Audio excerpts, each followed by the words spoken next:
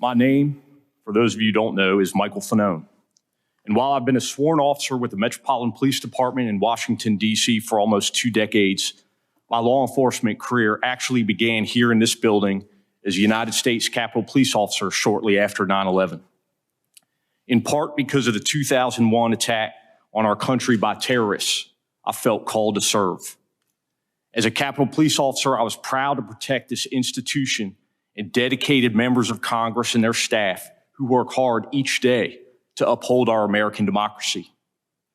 I remain proud of the work of the United States Capitol Police and MPD officers who literally commit their lives to protecting the safety of each of you and all of us in this room in our nation's capital. After leaving the United States Capitol Police, I became an MPD officer serving the residents of Washington, D.C. I have spent the majority of my nearly 20 years as a Metropolitan Police officer working in special mission units whose responsibilities include the investigation and arrest of narcotics traffickers and violent criminals. I've worked both as an undercover officer and a lead case officer in many of these investigations. In this line of work, it probably won't shock you to know that I've dealt with some dicey situations. I thought I had seen it all, many times over. Yet what I witnessed and experienced on January 6, 2021 was unlike anything I had ever seen, anything I had ever experienced or could have imagined in my country. On that day, I participated in the defense of the United States Capitol from an armed mob of thousands determined to get inside, because I was among the vastly outnumbered group of law enforcement officers protecting the Capitol and the people inside it. I was grabbed, beaten, tased, all while being called a traitor to my country. I was at risk of being stripped of and killed with my own firearm as I heard chants of kill him with his own gun. I could still hear those words in my head today. Although I regularly deal with risky situations on the job, nowhere in my wildest imagination did I ever expect to be in that situation or sitting here before you talking about it. That experience and its aftermath were something that not even my extensive law enforcement training could prepare me for. I was just one of hundreds of local police who lined up to protect Congress, even though I had not been assigned to do that. Some had asked why we ran to help when we didn't have to. I did that because I simply could not ignore what was happening. Like many other officers, I could not ignore the numerous calls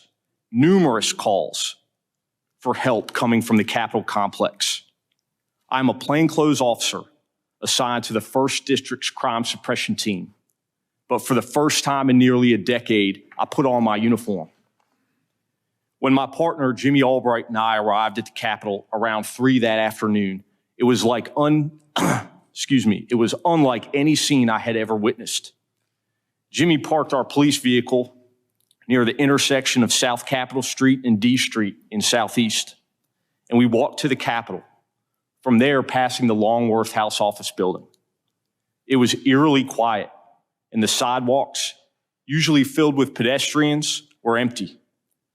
As we made our way to Independence Avenue, I could see dozens of empty police vehicles that filled the street, police barricades which had been abandoned, and hundreds of angry protesters, many of whom taunted us as we walked towards the Capitol building. Jimmy and I immediately began to search for an area where we could be of most assistance. We made our way through a door on the south side of the Capitol, walking then to the crypt and finally down to the lower West Terrace tunnel. It was there that I observed a police commander struggling to breathe as he dealt with the effects of CS gas that lingered in the air.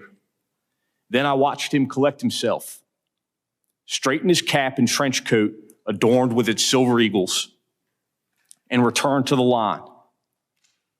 That commander was Ramey Kyle of the Metropolitan Police Department, and those images are etched into my memory, never to be forgotten. In the midst of that intense and chaotic scene, Commander Kyle remained cool, calm, and collected as he gave commands to his officers. "Hold the line," he shouted over the roar. Of course, that day, the line was the seat of our American government. Despite the confusion and stress of the situation, observing Ray's leadership, protecting a place I cared so much about, was the most inspirational moment of my life. The bravery he and others showed that day are the best examples of duty, honor, and service. Each of us who carries a badge should bring those core values to our work every day. The fighting in the Lower West Terrace Tunnel was nothing short of brutal. Here I observed approximately 30 police officers standing shoulder to shoulder, maybe 4 or 5 abreast, using the weight of their bodies to hold back the onslaught of violent attackers. Many of these officers were injured, bleeding, and fatigued, but they continued to hold the line. As I don't have to tell the members in this room, the tunnel is a narrow and long hallway. It is not the sort of space anyone would want to be pulled into hand-to-hand combat with an angry mob. Although the narrowness of the hallway provided what was probably the only chance of holding back the crowd from entering your personal offices, the House, and Senate chambers. In an attempt to assist injured officers, Jimmy and I asked them if they needed a break. There were no volunteers.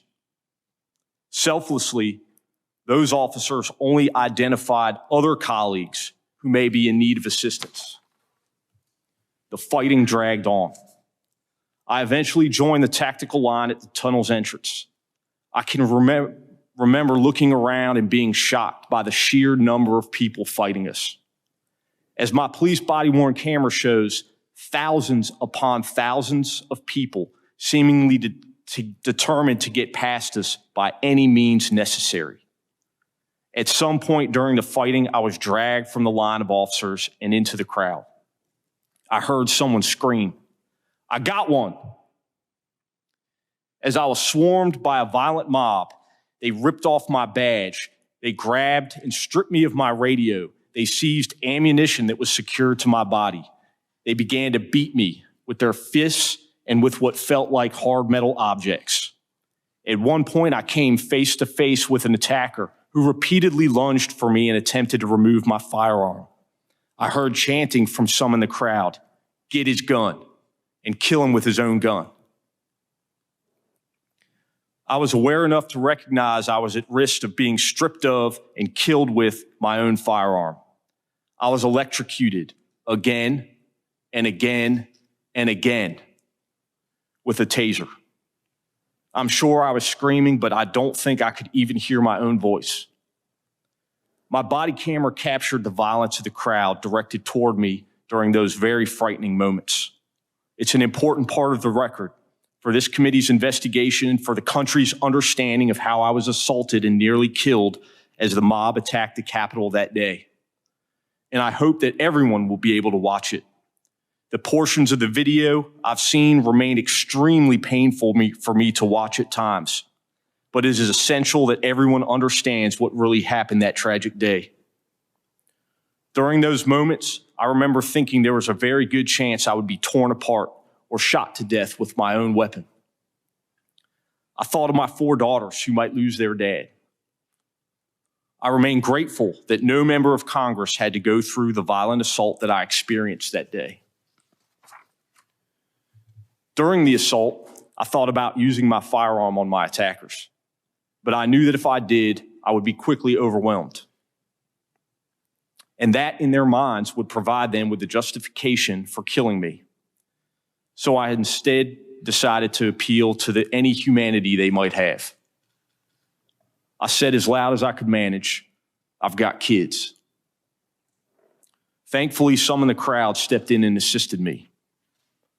Those few individuals protected me from a crowd and inched me toward the Capitol until my fellow officers could rescue me. I was carried back inside. What happened afterwards is much less vivid. I had been beaten unconscious and remained so for more than 4 minutes. I know that Jimmy helped to evacuate me from the building and drove me to MedStar Washington Hospital Center despite suffering significant injuries himself. At the hospital, doctors told me that I had suffered a heart attack, and I was later diagnosed with a concussion, a traumatic brain injury, and post-traumatic stress disorder. As my physical injuries gradually subsided and the adrenaline that had stayed with me for weeks waned, I've been left with the psychological trauma and the emotional anxiety of having survived such a horrific event. And my children continue to deal with the trauma of nearly losing their dad that day. What makes the struggle harder and more painful is to know so many of my fellow citizens, including so many of the people I put my life at risk to defend, are downplaying or outright denying what happened. I feel like I went to hell and back to protect them and the people in this room. But too many are now telling me that hell doesn't exist, or that hell actually wasn't that bad. The indifference shown to my colleagues is disgraceful. My law enforcement career prepared me to cope with some of the aspects of this experience. Being an officer, you know your life is at risk whenever you walk out the door, even if you don't expect otherwise law-abiding citizens to take up arms against you. But nothing, truly nothing, has prepared me to address those elected members of our government who continue to deny the events of that day, and in doing so, betray their oath of office. Those very members whose lives, offices, staff members I was fighting so desperately to defend. I agreed to speak here today and have talked publicly about what happened because I don't think our response to the insurrection should have anything to do with political parties. I know that what my partner Jimmy and I suited up for on January 6th didn't have anything to do with political parties or about politics or what political party any of you public servants belong to. I've worked in this city for 2 decades, and I've never cared about those things, no matter who was in office. All I've ever cared about is protecting you and the public, so you can do your job in service to this country and for those whom you represent. I appreciate your time and attention. I look forward to the committee's investigation, and I am hopeful with your commitment, we as a country will confront the truth of what happened on January 6th and do what is necessary to make sure this institution of our democracy never falls into the hands of a violent and angry mob. We must also recognize the officers who responded that day, many unsolicited, and their countless acts of bravery and selflessness. It has been 202 days since 850 MPD officers responded to the Capitol and helped stop a violent insurrection from taking over this Capitol complex, which almost certainly saved countless members of Congress and their staff from injury and possibly death. The time to fully recognize these officers is now. Thank you again for the opportunity to provide my testimony here today.